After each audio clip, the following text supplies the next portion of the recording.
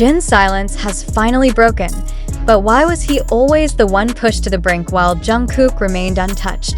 The global music industry is reeling from a revelation that has sent shockwaves through the BTS fandom and beyond. Seokjin, known to millions as Jin, has reached a breaking point. His sudden physical collapse following the group's world tour was not merely a medical incident. It was a culmination of years of silent endurance, unspoken resentment, and a system that, many now argue, has failed him. As he was escorted back to Korea under urgent circumstances by Jungkook and Jimin, questions began to surface that no one in the industry seems prepared to answer. Why was Jin, the eldest and often the most burdened, consistently pushed to work harder, longer, and more visibly than his peers? And why, in contrast, has Jungkook remained largely free from such expectations? The disparity is not new. Observers have long noted the uneven distribution of responsibilities within BTS, with Jin frequently appearing in promotional activities, variety shows, and public engagements that demand high energy and emotional labor. Meanwhile, Jungkook, though undeniably talented and beloved, has often been shielded from the same level of scrutiny and workload. This imbalance has sparked a wave of speculation among fans and critics alike. Is there an underlying bias within the management structure? Has Jin been unfairly targeted due to his age, demeanor, or perceived reliability? The situation escalated when Jin's health deteriorated so rapidly that emergency intervention was required. The fact that Jungkook and Jimin were the ones to accompany him back to Korea only intensified the spotlight on the internal dynamics of the group. Was this a gesture of solidarity, or a silent admission that something within the system had gone terribly wrong? Millions of armies around the world are demanding answers, and the silence from official channels has only deepened the sense of betrayal. Adding fuel to the fire is the growing belief that Jin's contributions have been systematically undervalued. Despite being one of the most consistent performers and public faces of BTS, he has often been relegated to secondary roles in musical production and strategic decision-making.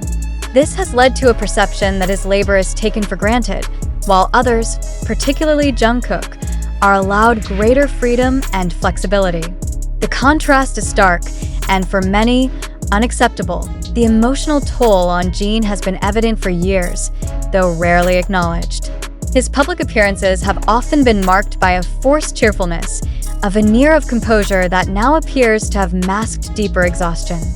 Fans have pointed to interviews and behind-the-scenes footage where Jin's fatigue was palpable, yet dismissed. In contrast, Jungkook's more relaxed schedule and selective participation have raised eyebrows. Is this a matter of favoritism, or something more systemic? The role of HYBE, the agency behind BTS, has come under intense scrutiny. While no formal accusations have been made, the pattern is difficult to ignore. Jin's workload has consistently exceeded that of his peers, and the lack of institutional support during his recent health crisis has led many to question whether the agency has failed in its duty of care. The absence of transparency has only fueled speculation that Jin's suffering was not only predictable but preventable. What makes this situation even more volatile is the emotional investment of the fanbase. BTS is not just a musical group, it is a global phenomenon, a cultural force that millions feel personally connected to. The idea that one member has been systematically overworked while another has been spared has shattered the illusion of unity and fairness that the group has long projected. Armies are not merely disappointed, they are devastated. The implications for BTS's future are profound. If Jin's condition does not improve, and if the underlying issues are not addressed, the group's cohesion could be at risk. The emotional fracture within the fandom is already visible, with some calling for accountability and others struggling to reconcile their admiration with the emerging narrative of inequality. The silence from HYBE and the group itself has created a vacuum that is being filled with anger, confusion, and grief. Jin's morka, his quiet fury, has become a symbol of something larger. It represents the invisible labor that often goes unnoticed, the emotional sacrifices that are rarely acknowledged, and the systemic structures that prioritize profitability over well-being. His collapse is not just a personal tragedy, It is a wake-up call for an industry that has long ignored the human cost of its success. As the world watches and waits, one question remains unanswered. Why was Jin always the one expected to carry the weight, while Jungkook was allowed to float above it? The answer may lie in the complex interplay of age, image, and internal politics, but until it is confronted, the shadow over BTS will only deepen. This is not a story of rivalry. It is a story of imbalance, of a system that failed to protect one of its most loyal contributors.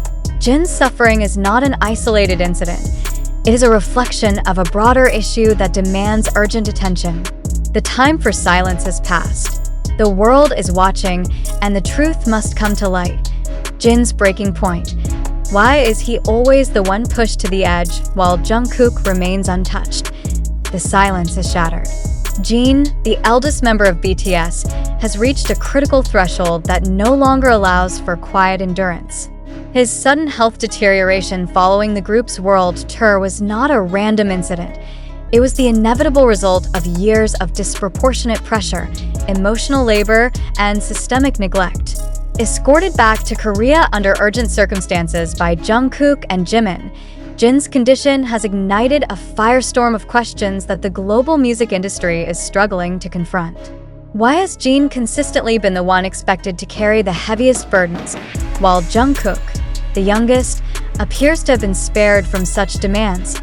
This is not a matter of speculation, it is a pattern. Jin's presence in promotional campaigns, variety shows, and public engagements has long exceeded that of his peers. His role has often been that of the emotional anchor, the comedic relief, the dependable figure who absorbs the weight of expectations without complaint. Yet behind the scenes, this relentless visibility has come at a cost. The physical and psychological toll has now manifested in a way that can no longer be ignored. Jin's collapse is not just a medical emergency, it is a symbol of imbalance. The contrast with Jungkook is stark. While Jungkook's talent and charisma are undeniable, his schedule has consistently been lighter, his responsibilities more selective. He has been allowed the space to retreat, to recharge, to choose his moments. Jin, on the other hand, has been expected to perform always.